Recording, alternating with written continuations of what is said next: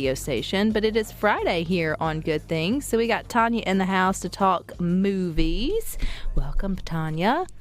Thank you. And How are you? You said Ruffles and French onion dip, and I was like, oh man, that is like a classic. So easy. It has to be the one that comes in a little tin can that you pull back the little top with. Like, let's not get fancy. They got it right the first time. Yeah, and that is good, but my favorite is the kind that you get in the refrigerated section, you know. Oh, you bump it up just a little bit of a notch. Yeah, I'm frou-frou. You're frou-frou. Well, you had all the hors d'oeuvres for the Oscar party. Yeah, so I won't get dip again for a while. All right, so what's hitting the big screen this weekend? Well, there's 3 big new releases this weekend. Wow. The first one is called A Good Person, and this one has Florence Pugh in it, and our very own Morgan Freeman. So anytime he shows up, I'm happy. It is a rated R drama, and it's about a girl who survives a very tragic accident and is kind of just reeling from that. And you know, she's just so grief-stricken over what's happened and just trying to find redemption and keep going, you know. And so, you know, Morgan Freeman, is he the good can't person? go wrong.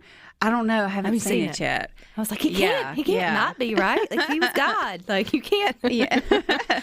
But yeah, so he's in her life, and it's sort of the one that I believe is kind of directing her and guiding her. Gotcha. So I think it's going to be a good one. They have a connection. I don't want to spoil anything because I have seen little chunks of it, but I haven't seen the whole thing. I hope that's one that goes to streaming. It's probably not one that's going to get me to a movie, like, without kids. Yeah. But I would totally love to support him and at least see it.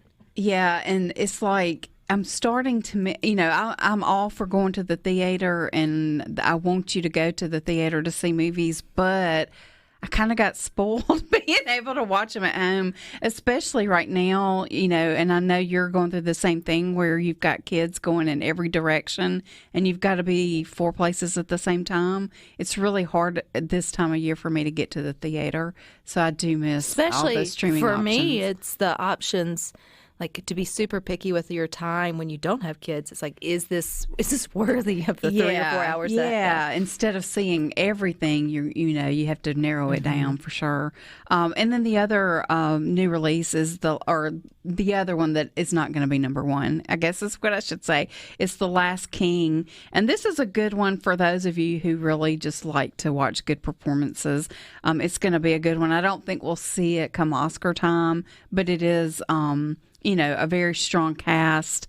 And Stephen Coogan is in it, who is always great with any role he's in. He's a very prestigious British actor. And it's the story of, it's inspired by a true story, by a lady who believes that she has made an archaeological find of the century. And it's actually the last burial site of King Richard III. And so she takes on some of Britain's most infamous historians to try to prove herself right. And Sally Hawkins is the leading actress in that one, too. And she's always great. She was in that one, that weird movie that won an Oscar a few years ago. I've already forgotten. It's The Fishman. In terms of Oscars, what's the likelihood that something that comes out, and I feel like they all know whether it's going to get Oscar buzz or not, or do they even think about that in terms of their timing of release? Because it feels like if it comes out right after Oscars are over, is it really gearing itself up for the next one? No. Am I overthinking the whole process? I really think that if it comes out this time of year, used to is really where all the duds parked. I mean, anything really before late, well, I would say first quarter of the year. So, you know, first, probably really until about Memorial Day.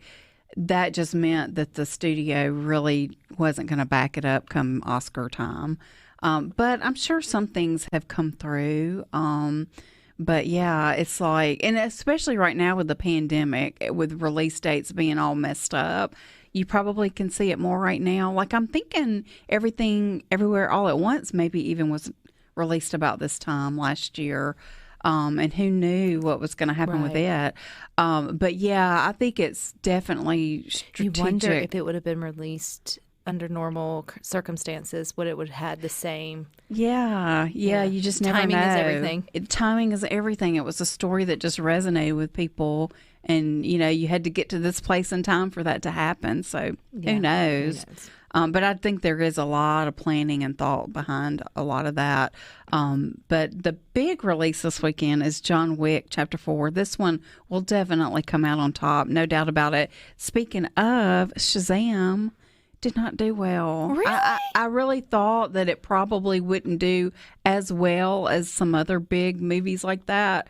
As far as, Is it because they don't have the following like that the other ones do? Or? Well, just like Marvel, you've got your diehard DC people that have kind of there's a big group that will not support a film if it does not involve Zack Snyder. So they're saying that has something to do with it. A lot of the DC people didn't turn up. And then the other thing is, Zachary Levi came out this week and said, I don't think it was marketed right, that they really didn't market it to families and that it is a family movie. Now, I agree with him. I think it is a good, feel-good kind of movie.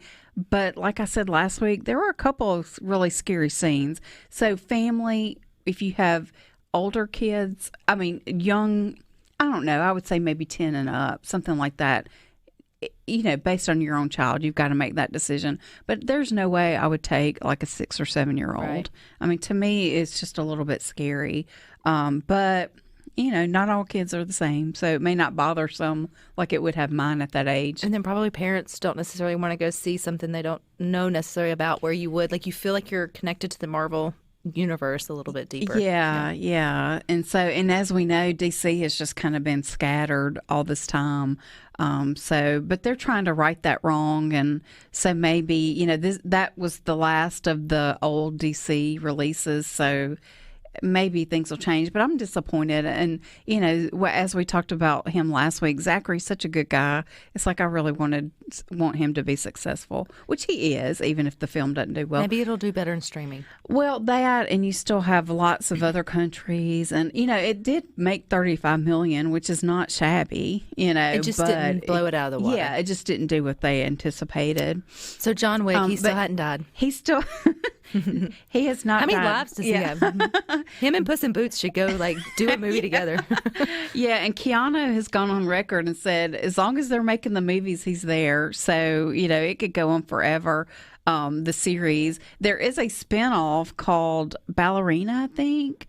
That he is set to make a cameo in, if I remember correctly. I read about that a while ago.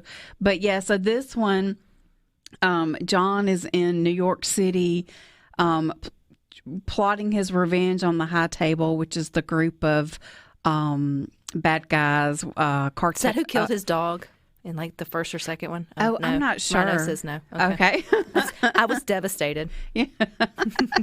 I know. Don't mess with the people that pets. killed his dog and stole his car are loosely related to the High Table, but the High Table are the big, important, influential people pulling the strings behind the scenes. I remember for sitting all up of and this. going, they did that. They let him do that. They actually killed the dog. It's like, okay, It's there like goes dogs 10 and babies. people, but You the dog. No, dogs and babies are off limits. You should know. But he's hiding underground, plotting revenge with the Bowery King. And anyway, he has to travel to start his revenge process. First off, he kills the elder, which I don't think I'm spoiling anything here, who is the only person that's he's over the High Table, sort of. And anyway, so this triggers everybody going after him, of course. But this movie was the last movie, or one of the last movies, of Lance Reddick, who we talked about a couple weeks ago. Rhino told us while we were on the air that he had passed away. He's got one more movie coming up on Disney Plus, one of the little sorcerer movies. I've forgotten the name of it. But anyway, so that's kind of bittersweet because I just can't believe he's gone. He's only 60 years old. But anyway, this one is rated R. And all I can say is if you like the other ones, you're going to like this one. Yeah. I mean, and I really don't think you have to see the ones before to The keep dog up. does. Yeah. But they do a good job of kind of you know what's going on. You know what you're getting into if you're going into, Yeah, the yeah. fourth one. All righty, we appreciate you, Tanya. You guys stick with us to get more.